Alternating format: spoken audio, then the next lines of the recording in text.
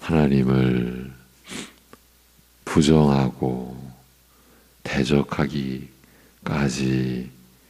해야 했던 우리를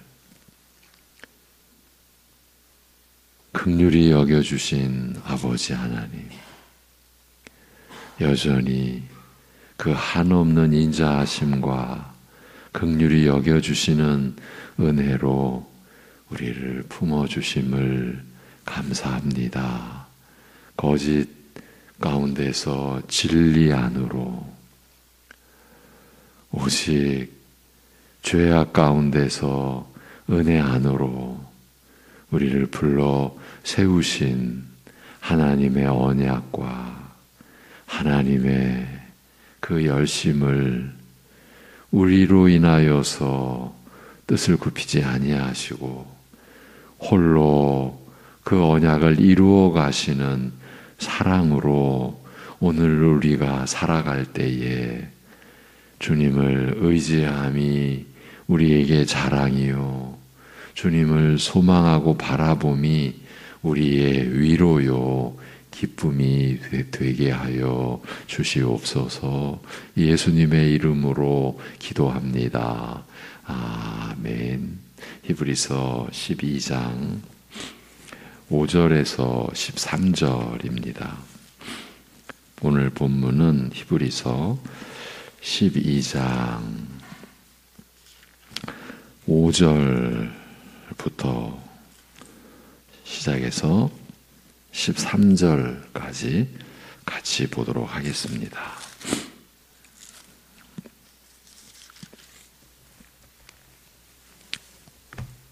5절부터 13절입니다. 다 같이. 또 아들들에게 권하는 것 같이 너희에게 권면하신 말씀도 잊었도다. 일러스되 내 아들아, 주의 징계하심을 경히 여기지 말며 그에게 꾸지람을 받을 때에 낙심하지 말라. 주께서 그 사랑하시는 자를 징계하시고 그가 받아들이시는 아들마다 채찍질 하심이라 하였으니 너희가 참음은 징계를 받기 위함이라. 하나님이 아들과 같이 너희를 대우하시나니 어찌 아버지가 징계하지 않는 아들이 있으리요. 징계는 다 받는 것이거늘 너희에게 없으면 사생자요 친아들이 아니니라. 또 우리 육신의 아버지가 우리를 징계하여도 공경하였거든 하물며 모든 영의 아버지께 더욱 복종하며 살려 하지 않겠느냐.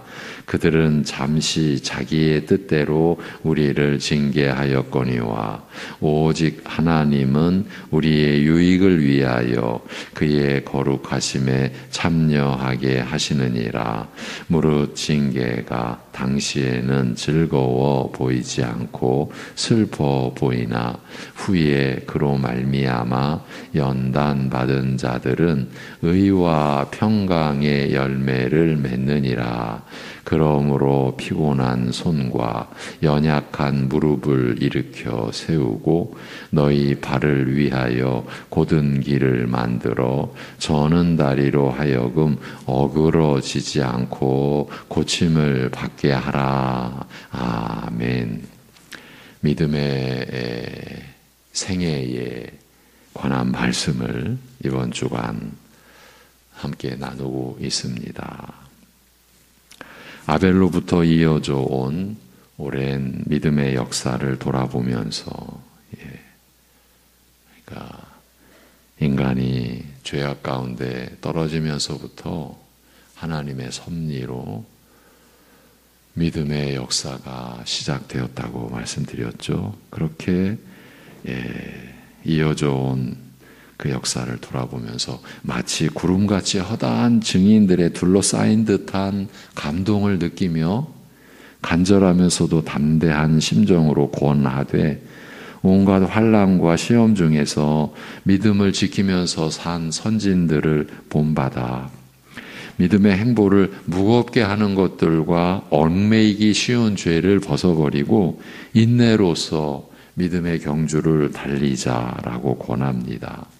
그러나 지체하지 않고 곧바로 덧붙이되 믿음의 주, 믿음의 시작자, 믿음의 창시자요 온전케 하시는 이인 예수를 바라보자라고 함으로써 믿음의 경주를 달리는 신자, 우리의 경우 그 시선이 항상 그리스도를 향하여 있어야 함을 일깨우고 있습니다. 죄인을 살리시려는 아버지의 뜻을 이룸으로써 얻게 될 기쁨을 위하여, 그러니까 우리를 살리시는 그 기쁨을 위하여 십자가의 수치를 개의치 않으시고 묵묵히 감당하신 후 영광에 들어가신 그리스도에게서 한순간도 눈을 떼지 말라고 권합니다.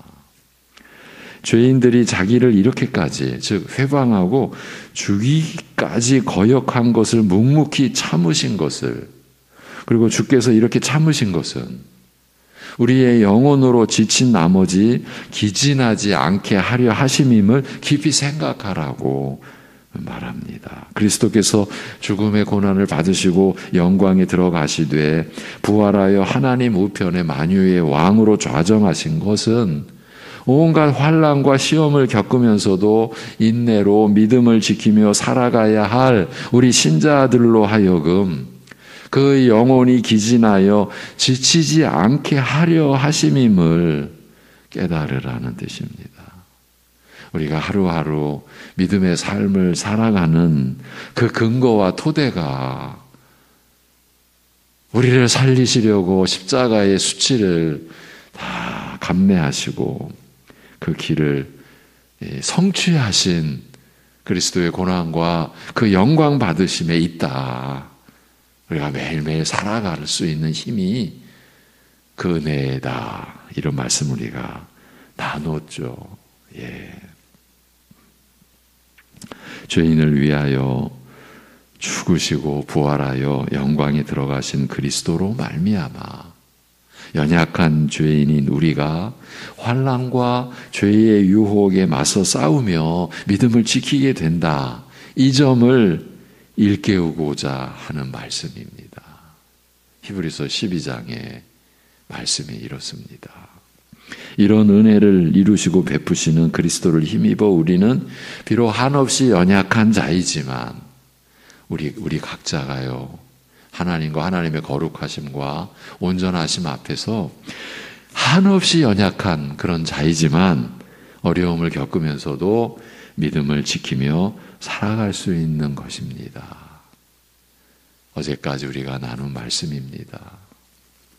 죄인을 위하여 죽으시고 부활하여 영광에 들어가신 그리스도께서 우리로 환난과 시험 중에서 믿음을 지켜 살아가게 하시며 우리의 영혼이 곤비하여 지치지 않도록 하시지만, 그런데 그 과정에서 전혀 실수 없이 시종일관 온전하게 믿음을 지키며 살아가는 것은 아니며 우리의 연약함과 실수와 미숙한 모습이 드러나기도 하며 이를 바로 잡으시는 하나님의 징계, 하나님의 교육, 양육, 훈련, 훈육, 연단도 경험한다라는 사실을 히브리서가 우리에게 알리고 있다. 어제 이 부분에서 마쳤습니다.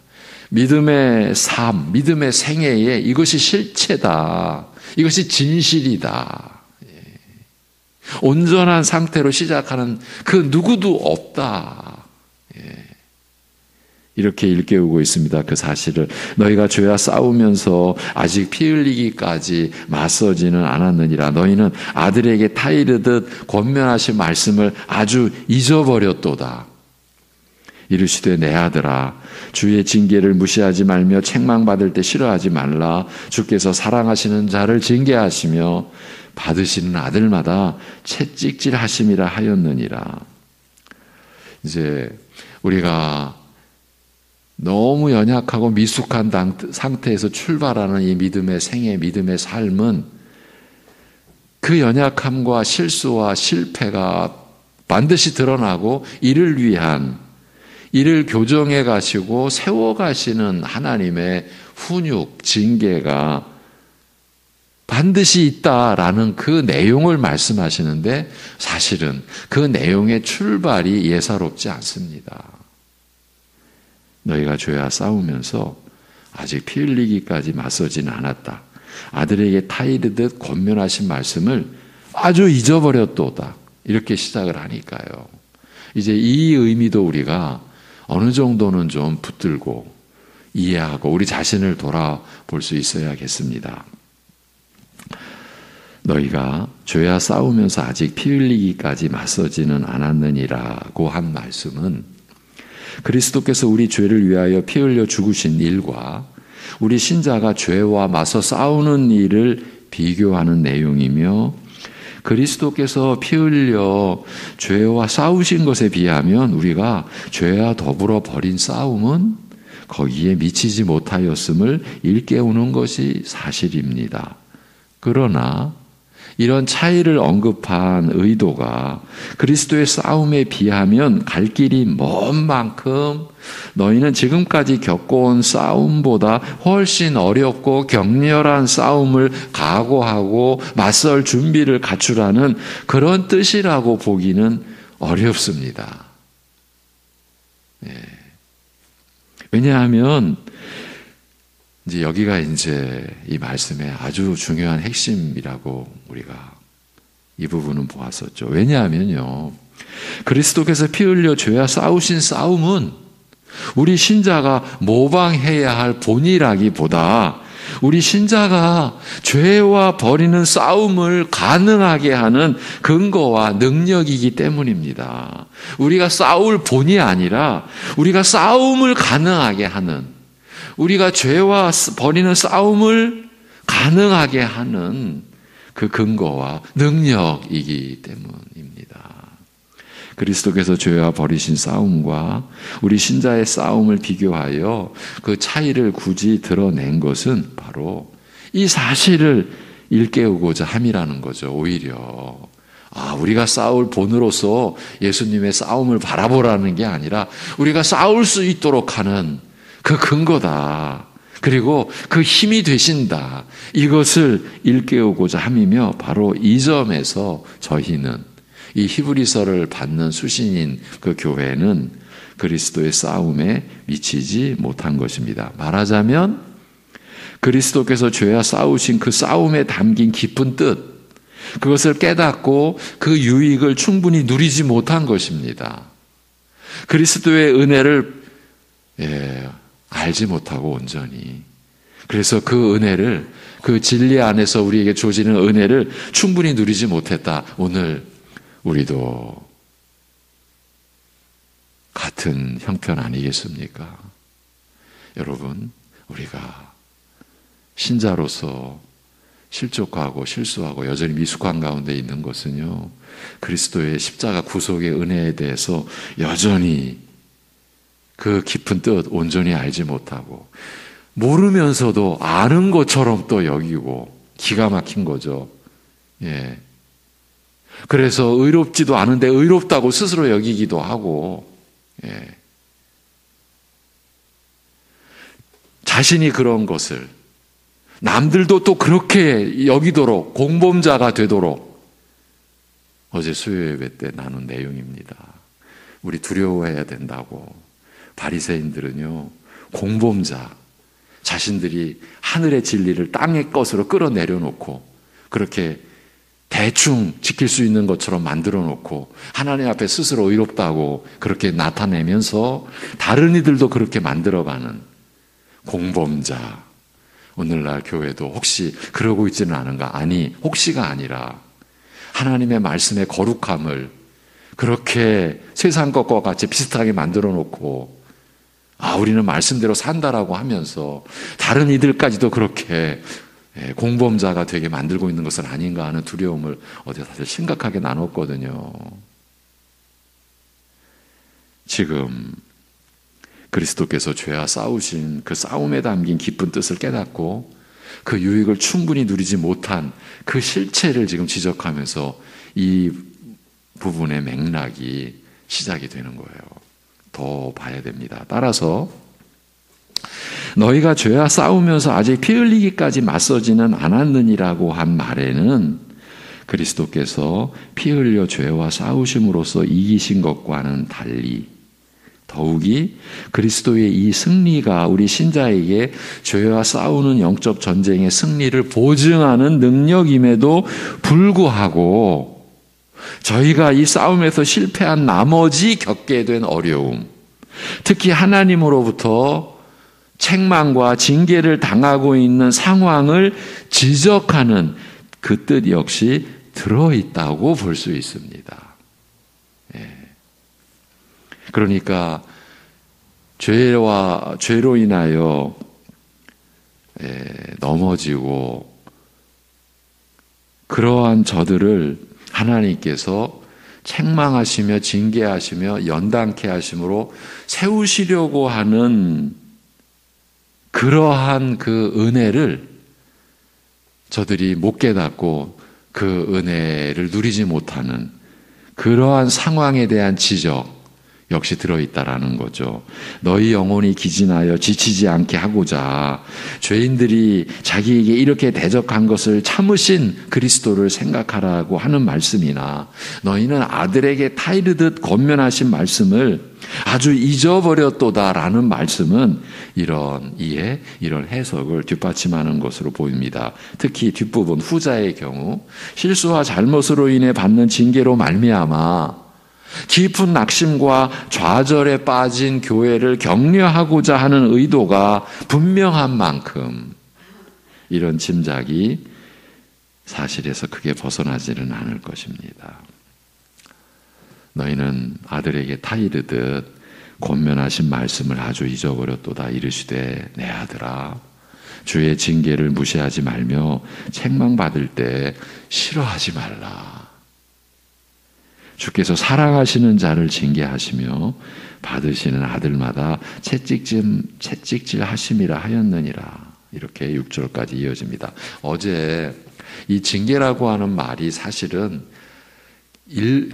본래에 그 쓰여진 말은 상당히 많은 의미, 포괄적인 의미, 바르게 살도록 기르고 양육하고 그러기 위하여 훈련시키고 연단까지 받게 하고 하는 사람이 사람답게 제대로 잘하게 하는 그 모든 내용을 담는다고 했죠. 근데 이제 우리말로는 징계라고 하는 말을 표본으로 삼은 거죠. 더 넓은 의미. 그래서 오늘날의 교육의 의미가 아니라 사람을 사람으로 세우는 본래의 교육의 의미라고 하는 말이 쓰여졌다라고 안내해 드렸었죠. 그걸 또 염두에 두시고요. 이 이제 5, 6절은 잠언 3장 11, 12절을 인용하여 징계의 필요성과 그 유익함에 대하여 일깨우되 징계를 무시하거나 싫어하지 말라고 권하면서 하나님께서는 사랑하시는 자를 징계하신다고 알리고 있습니다. 징계가 필요하다라고 말한 것은요, 우리 믿는 자들이 믿음으로 살아가는 삶이 처음부터 완전하여 단 한 번의 실수도 없이 끝까지 완벽함을 잃지 않고 지켜나가는 것이 아니라 그럴 수가 없죠. 어떻게 그럴 수가 있습니까? 그런데 이렇게 제가 강조해 드리는 것은 또 사실 히브리서가 강조하고 있으니까요. 우리가 그런 착각을 하고 있는 거예요. 마치 우리가 육신으로 태어날 때 갓난아기서부터 이렇게 자라가듯 그렇게 사람이 자라가도록 하나님이 창조의 섭리로 그렇게 지으셨는데 마치 어른이 되어 태어난 것과 같이 우리는 신자의 그런 우리 상태를 마치 성숙한 완전한 신자인 것처럼 그렇게 착각하고 있는 것은 아닌가 생각해야 되겠죠. 그러나 결코 그런 것이 아니라 미숙한 상태에서 점점 자라 성숙해지는 과정, 이것이 믿음의 생애라는 거죠. 그 과정이며 그런 중에 부족하고 연약한 점이 드러나는 것은 물론이요, 실수와 잘못이 나타날 수 있음을, 아니 그럴 수밖에 없음을 밝힌 것이라고 할 수 있습니다. 그리고 이처럼 연약함과 허물, 실수와 잘못이라는 부정적인 것들이 신자에게 해를 끼치고 파괴하는 것으로 끝나는 것이 아니라 오히려 미숙한 상태에서 벗어나 성숙함에 이르는 긍정적인 계기가 될 수도 있으며, 이 모든 게 하나님의 은혜죠. 그렇게 될 수도 있으며 바로 징계를 통하여 그런 유익을 기대할 수 있음을 알리고 있습니다. 그런 은혜의 유익을 기대하라라는 말씀이죠. 이런 뜻에서 징계는 연단과 밀접한 관련을 갖는다고 할 수 있습니다. 징계를 가리켜 아들에게 타이르듯 권면하신 말씀이라고 한 것은 징계가 이처럼 하나님의 선한 뜻을 이루는 도구요, 하나님의 깊은 사랑을 표현하는 수단임을 염두에 두었기 때문이라고 할 수 있습니다. 특히 징계와 관련하여 너희는 아들에게 타이르듯 권면하신 말씀을 아주 잊어버렸도다라고 한 말씀은 특히 너희가 아주 잊었도다라는 이 자극적인 표현을 사용한 것은 이 편지를 받게 될 교회가 실수와 잘못으로 말미암아 하나님으로부터 징계를 받고 있고, 또한 그로 인해 깊은 낙심과 좌절에 빠져 있음을 알리는 한편, 이처럼 영적으로 무너진 또는 침체에 빠진 저희를 격려하여 일으켜 세우고자 하는 의도를, 그래서 이 히브리서가 기록되어졌고 보내어진 그 의도를 은연중 암시하고 있습니다. 잘못과 실수를 범하는 교회를 책망하여 잘못을 지적하시고 바로잡고자 하시는 하나님의 징계에는 이런 불행한 일을 통해서도 저희를 연단하여 온전함에 이르게 하고자 하시는 하나님의 선하신 뜻과 깊은 사랑이 담겨 있음을 일깨워 무너진 저희를 일으켜 세우고자 하는 것입니다. 내 아들아, 주의 징계를 무시하지 말며 책망받을 때 싫어하지 말라. 주께서 사랑하시는 자를 징계하시며 받으시는 아들마다 채찍질하심이라 하였느니라고 한 잠언의 말씀은 바로 하나님의 징계 안에 담겨있는 이런 선한 뜻과 깊은 사랑을 알리고자 이 잠언 말씀을 인용한 것이죠. 7절에서 8절, 징계를 위하여 참으로 하나님께서 너희를 아들같이 대하시느니라. 자녀같이 대하시느니라. 아비가 징계하지 않는 아들이 어디 있겠는가. 모두 다 받은 징계를 너희만 받지 않는다면 너희는 사생자요 아들이 아니다, 자녀가 아니니라. 이렇게까지 말씀하십니다. 징계를 위하여 참으라는 표현이 조금 어색합니다만 자연스럽게 고친다면 징계로 알고 참으라 라는 뜻에 가까울 것입니다. 우선 지금의 상황이 견디고 참아야 할 만큼 매우 어려운 상황임을 알리면서 이 어려움이 무의미한 고통과 고생으로 그치지 않고 우리를 연단하여 온전함에 이르게 하는 징계의 고난이 되게 하라라는 그 뜻입니다. 여러분, 우리가 그 누구도 예측치 못했던 벌써 3년을 지나가는 전 세계적인 이 팬데믹, 이 바이러스로 인한 이 고통의 이 시간들을 무의미한 고통과 고생으로 그치게 하지 않고 우리를 연단하여 온전함에 이르게 하는 그 징계의 고난이 되게 하라. 그렇게 이해할 수도 있죠.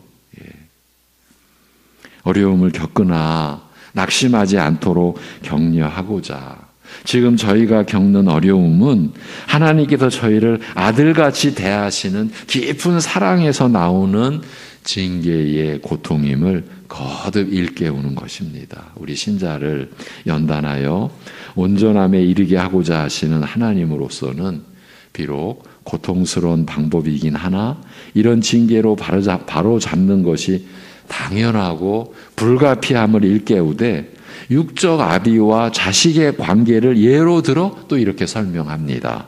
아비가 징계하지 않는 아들이, 훈육하지 않는 자식이 어디 있겠는가? 모두 다 받은 징계를 너희만 받지 않는다면 너희는 사생자다, 아들이 아니다. 아비를 징계하지 않는 아들이 어디 있겠는가라는 말씀은 자식을 낳아 기르는 과정에는 징계가 반드시 필요하다. 좀 더 일반화한다면 미숙한 상태에서 자라 성숙한 상태에 이르고자 하는 경우 아직 미숙한 것 때문에 나타날 수밖에 없는 실수와 잘못을 지적하고 바로잡는 징계가 불가피하다라는 뜻입니다. 모두 다 받은 징계를 너희만 받지 않는다면 너희는 사생자요 아들이 아니니라. 아들과 아비 사이임에도 누구나 다 받는 징계를 만일 받지 않는다면 그것은 정상적인 부자 관계가 아니며 비정상적인 부자 관계이거나 아예 부자 관계가 아니라고 할 수밖에 없다라는 뜻입니다. 하나님과 신자의 관계에 적용한다면 참으로 하나님께 속한 그의 자녀요 백성일 경우 하나님께서 잘못과 미숙한 것을 드러내어 바로잡고 온전케 하시는 징계를 받는 것이 필요하다. 그리고 당연하다라는 뜻입니다. 여러분, 현대 사회가 우리가 오늘 나누는 이런 말씀의 진리와 얼마나 엇갈리게 가고 있는지도 우리 충분히 생각하고 기도해야 될 내용입니다. 죄송하지만 어쩔 수 없이 제가 얼마 전 제가 직접 참여했던 예배에서 그러니까 교회에서 이 말씀을 전하는 이 강단에서 지적하지 마라. 칭찬은 뭐 누구도 춤추게 한다. 다 아시죠? 저는 하나님 말씀이 선포되는 강단에서 이제 그분이 이렇게까지는 말씀을 드리겠습니다. 저 뭐 선진 나라라고 하는 데에서 교육학을 전문으로 이렇게 교육받고 오신 목사님이 갑자기 지금 말씀의 본 흐름과 굳이 이렇게 연결이 안 되는데 그걸 강조하시더라고요. 지적질하지 말라. 칭찬이 사람을 그때 참 가슴이 그냥 아픈 거죠. 지금 하나님 나라에 우리는 지금 일반 교육 얘기하는 자리가 아니잖아요. 여러분, 우리 지금 이 세상에서 좀 인간답게 살자고 이런 내용 나누는 거 아닙니다. 하나님 나라에 부름받은 우리라서 하나님, 영원하신 우리 아버지 하나님, 영의 아버지 하나님의 우리를 세우시고자 하는 그 사랑과 열심에 대한 말씀이고, 교회에서는 사람을 세상 사람들의 교육 이론과 원리로가 아니라 하나님의 말씀으로 하나님의 자녀들을 세우는 것이죠. 마음에 아픔이 있어서 제가 또 좀 열을 내네요. 여러분, 그러시면 안 되죠? 우리를 온전케 하시는 그 훈육, 징계를 받는 것이 필요합니다. 당연합니다. 이렇게까지 말씀을 드리겠습니다. 우리 하나님께서 숨을 거두시는 그날까지 우리 자라가야 할 사람들입니다. 하나님의 말씀을 늘 영혼의 양식 삼고요. 나는 이만큼 자랐네. 여러분, 큰일 나는 겁니다. 그런 생각이 우리 하나님 아버지를 무시하는 겁니다. 우리 아이들 표현으로 써볼까요? 개무시하는 겁니다. 이만하면 내가 하나님 말씀 알지? 이만큼 자랐으면 9절에서 10절 우리에게 육신의 아비가 있어 우리를 징계하였고 우리가 그를 공경하였다면 하물며 영들의 아버지께는 더욱 복종하여 살고자 해야 하지 않겠는가? 저희는 잠시 동안 저희 생각에 옳은 대로 징계하였으나 영의 아버지께서는 유익하게 하사 그의 거룩하심에 참여하게 하고자 하시느니라. 하나님의 징계를 받을 때 우리의 자세가 어떠해야 할 것인지 육신의 아비에 대한 아들의 자세에 비유하여 가르치는 말씀입니다. 여러분, 다시 한번 짚어드리고 이제 마무리에 가겠습니다. 우리 믿음의 생애, 이 믿음의 역사 안에서 하나님의 은혜로 살아가는 믿음의 생애 이 자체 안에 하나님의 훈육, 하나님의 징계가 필요하다, 반드시 필요하다, 당연하다. 왜? 우리가 온전한 자가 아니니까요. 내가 온전하니 너희도 온전하라는 이러한 말씀을 받고 우리가 하나님 앞에 살아가는 우리는 일평생 자라가는 그 자라가는 과정이 여러분 징계입니다. 누구는 징계받고 누구는 뭐 징계 안 받고 그런 의식에서 우리가 벗어나야 합니다. 내가 우리 교회가 이런 하나님의 징계 안에 있는 겁니다. 그래야 됩니다. 그게 당연합니다. 그런 의식을 가지고 우리가 이 말씀을 받아야 됩니다. 우리에게는 육신의 아비가 있어 우리를 가르치고 잘못을 바로잡는 역할을 감당하며 우리는 이를 존중하는 만큼 하물며 영들의 아버지이신 하나님께는 더욱 복종하여 살려고 해야 할 것이 아닌가라고 묻습니다. 더욱 이 육신의 아비는요, 살아있는 동안 잠시 자신의 생각에 옳다고 여기는 대로 우리를 가르치고 잘못을 바로잡고자 한 반면 영의 아버지께서는 그 깊으신 지혜와 크신 능력으로 우리에게 유익하도록 가르치시고 징계하여 바로잡으시되 하나님의 거룩하심에 참여하게 하고자 하심으로 그 귀중함, 이 징계의 귀중함과 가치에 있어서 육신의 그 아비의 그 교육, 징계와 비교가 되지 않음을 알리고 있습니다. 그렇죠. 육신의 아비는 잠시 살아있는 동안 그나마 서로 바쁜 중에 잠시 얼굴을 대하고 살핀 것을 근거로 판단하되 또 적은 지식과 경험을 가지고 어리석음과 오류를 피할 수 없는 어쭙지 않은 지혜와 깨달음으로 자식을 가르치고 바로 잡는다고 하나 자식의 사정을 제대로 깊이 이해하는 것은 둘째 치고라도 나름대로 옳다고 판단하며 처방하는 것이 허술하기 짝이 없을 뿐더러 우리 부모 세대들은 이 또한 인정해야 될 것 아닙니까? 그렇게 허술하기 짝이 없을 뿐더러 현실과 맞지 않는 엉뚱한 가르침이나 전혀 잘못된 방향으로 인도하는 경우도 없지 않습니다. 이 육신의 이 부모의 입장에 대한 내용입니다. 예수님께서 바리새인을 두고 맹인이 맹인을 인도하는 격이라고 하셨습니다만 사실 사람끼리 주고받는 가르침과 충고와 권면이 다 이런 한계에서 벗어나지 못할 것입니다. 부모가 참으로 자식을 위하는 선한 마음으로 징계한다라고 해도 이런 한계와 실수에서 자유롭지 못합니다. 그러나 하나님의 징계는 다르다고 말합니다. 하나님의 크신 능력과 무한한 지혜로 판단하시고 인도하시니 시작부터 마지막 결과까지 오직 우리에게 유익할 뿐이며 무엇보다 우리의 잘못을 바로잡아 온전케 하시는 것이나 미숙함에서 벗어나 성숙함에 이르게 하시는 것이 한결같이 하나님의 거룩하심에 참여하게 하는 것을 목표로 하고 있다라고 말합니다. 사람으로서는 감히 바랄 수도 없는 그 고귀한 목표에 이르게 하고자 우리를 징계하시는 것입니다. 이것이 믿음의 생애라는 겁니다. 끝으로 11절에서 13절 모든 징계가 당시에는 즐겁지 않고 슬퍼 보이나 나중에는 이를 통하여 연단을 받은 자들에게 의의 평강한 열매를 맺느니라. 그러므로 지친 손과 허약한 무릎을 곧게 펴고 너희 발을 위하여 길을 곧게 만들어 저는 것이 악화되어 뼈가 어그러지지 않도록 하고 오히려 고침을 받게 하라.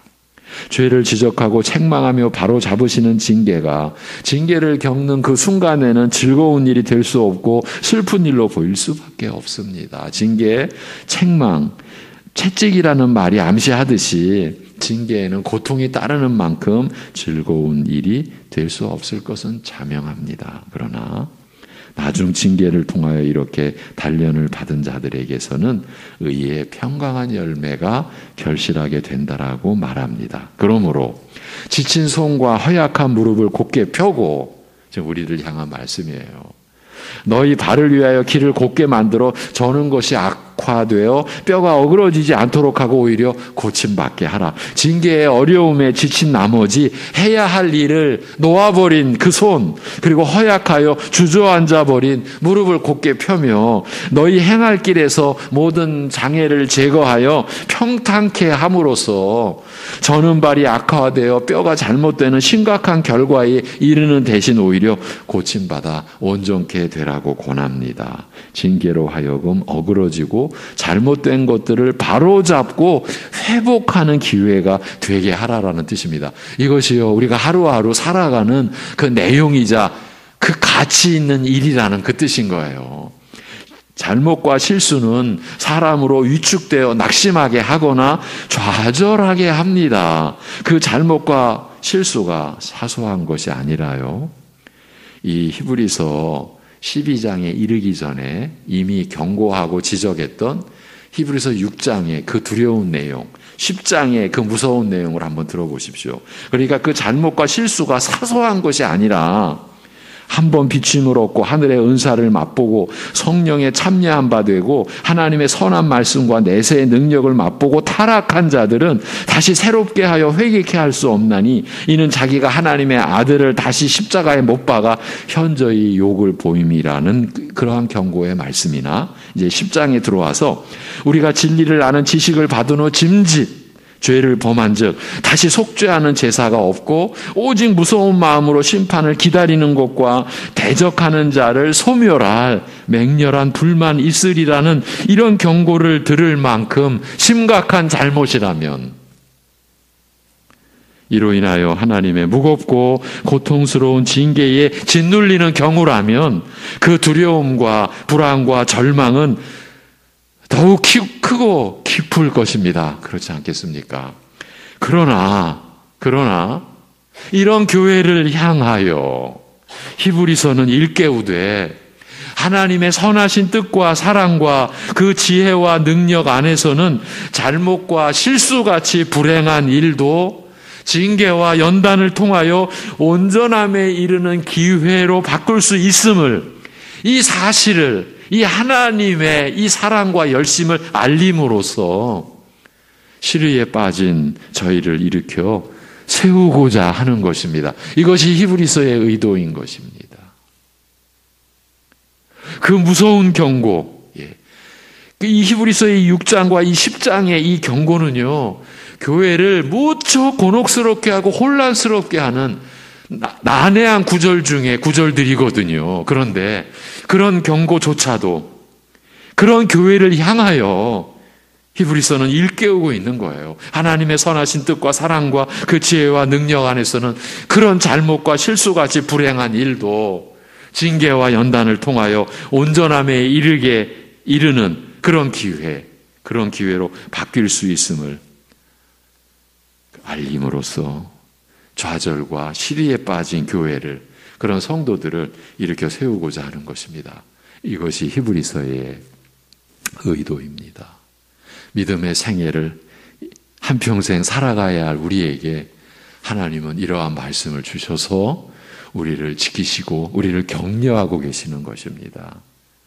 제가 관련이 있을 때 종종 말씀드려온 것 혹시 기억나십니까? 우리는 지금 깊은 낙심의 그러한 시대를 살아가고 있는 것 같습니다. 교회 전체가, 우리 교회도 물론 당연하고요, 이 땅의 교회 전체가 낙심의, 낭망의, 좌절의 기운에 빠져서 그래서 살아가고 있는 것은 아닌가. 왜 외부인들조차도 교인들 그렇게 말씀 안 본다며, 교인들 그렇게 기도 안 한다며, 이런 얘기가 이미 십수년 전부터 교회 안팎에 흘러 들어오는 이런 내용은 교회 전체가, 성도들이 낭망한 채로, 시리와 좌절에 빠져 있는 채로 있는 것은 아닌가. 제가 말씀드려온 거 기억나십니까? 우리가 그렇게 보여진다라는 거예요. 기도하겠습니다. 하나님 아버지, 그 무서운 경고, 그 두려울 수밖에 없는 경고를 듣는 교회를 향해서도 이 말씀을 통해서 하나님의 그 징계와 연단을 통하여 하나님의 거룩하심에 참여케 하고자 하시려는 그 하나님의 우리로서는 감당하거나 이해할 수 없는 그 깊으신 뜻, 그 크신 긍휼, 그 인자하심과 선하심의 말씀 앞에 우리를 세워주셔서 감사합니다. 하나님 아버지, 우리가 그야말로 갓난아기처럼 태어나 이렇게 장년이 되듯 우리의 믿음의 생애도 그리하여 스스로 마치 온전함에 이른 것처럼 그 무서운 착각과 환상 속에 우리가 거하지 않게 하시고, 그런 또 무서운 거짓 속에 우리가 있게 하려는 사단의 괴계 속에 우리가 시험에 들어 빠져 있지 않게 하여 우리를 일으켜 세워 주옵시고, 우리가 믿음의 생애를 살아가는 내내 미숙한 데서 성숙한 데로 자라가는 과정, 지금도 우리를 연단시키고 우리를 교육시키는 하나님의 아버지의 그 손길에 우리 자신을 내어 맡기는 그 진정한 믿음의 삶이 우리 성도들 안에 이루어지는, 더 풍성히 이루어지는 올 한 해 새해 되게 은혜 베풀어 주시옵소서. 주 예수 그리스도의 이름으로 기도하옵나이다. 아멘.